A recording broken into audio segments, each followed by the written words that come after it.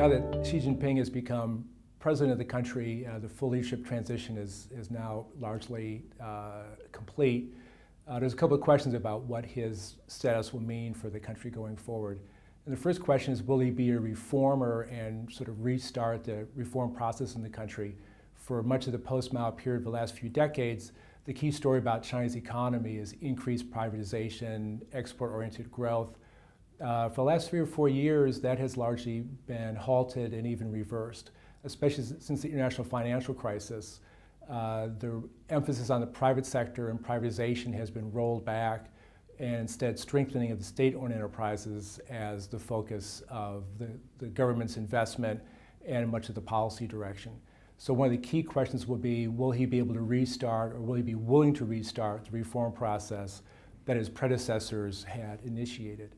The second question is, will he be able to, even if he wants to, will he be able to do that? He is the top leader, but it's a collective leadership, and just because he wants to do something doesn't mean it will actually happen. So he'll have to negotiate, compromise with other key leaders, other big interest groups like the state-owned enterprises who benefit so much from the current direction of policy, local leaders who benefit from the current situation.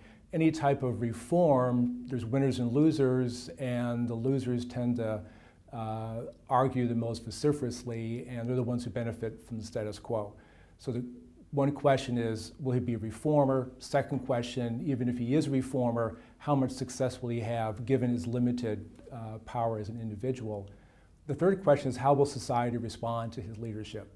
And there's been sort of expectations among China watchers for years that as the middle sector grows in the country, as prosperity increases, eventually society would become more vocal and more demanding of change. All the previous studies from public opinion surveys have indicated a very high level of acceptance of the status quo, in part because so many people benefit themselves from it. So as long as their incomes are rising and they feel optimistic about the future, they're not likely to be pressing too hard for change. If the situation changes and their expectations continue to go up, they may become more vocal. President Xi has been articulating something he calls the China dream over the past few weeks and months. It's unlike the American dream about individual hard work leads to individual success.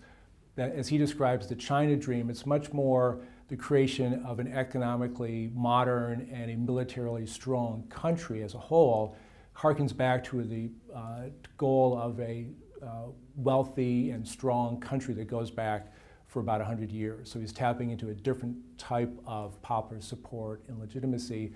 What will it actually mean for society remains to be seen, but it's not just a question of what the leaders want, but also increasingly what society is willing to accept. And the fourth question is, what will this mean for the United States, both in terms of economic opportunities, in terms of larger diplomatic relations?